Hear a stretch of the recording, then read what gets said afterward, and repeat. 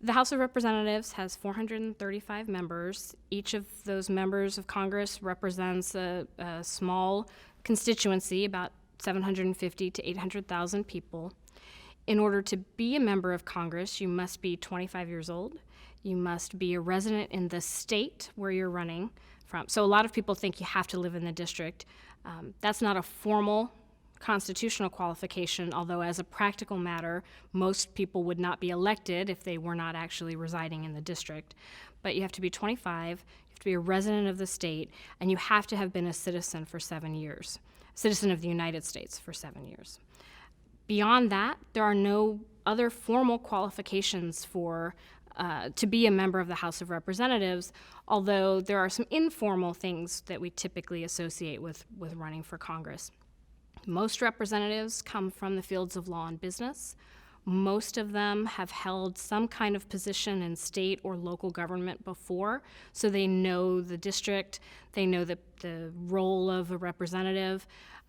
Many of them have had to campaign, so they are good at fundraising, or at least they understand that fundraising is a necessity. Members of Congress typically still tend to be white, and they still tend to be male, although over the last several years that has changed, at least somewhat, and there is some additional diversity in the House of Representatives. House of Representatives consists of representatives that are based on the population within the states, and they would serve 2-year terms. And the 2-year term was designed so that they would be in office long enough to become acquainted with the issues and with some of the problems that they were facing, but short enough so that voters could actually put a check on the representatives. Madison viewed these basic qualifications as sufficient to provide for enough options for the states. So the House, I think, and the other thing about the House, which is different from the Senate, is that the House has some specific powers, namely that all revenue bills would start in the House. This was also a big debate in the convention. And it was decided that the issue involved both spending and revenues.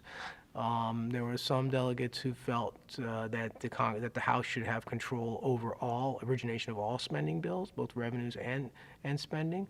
Madison actually opposed that. And so when we get into the convention, what winds up happening is, as a process of compromise and also as a process of just making sure that the people are closest to the body that initiates legislation having to do with taxes, the delegates to the convention come down on the idea that the House should originate tax bills. Now, the Senate got the chance to vote on those bills, obviously, just like any other law, but they would originate in the House. The House is the chamber that has to originate all of the spending bills, so all of the budget bills that Congress is responsible for passing have to be drafted and sent through the House of Representatives before they can move on and be considered by the Senate.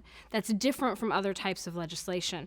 In most other instances, either chamber can be the originating chamber for a piece of legislation, but the House has to originate all of the budget bills. The House, I think the key is that the House was essentially designed to be closest to the people. It was the voice of the people.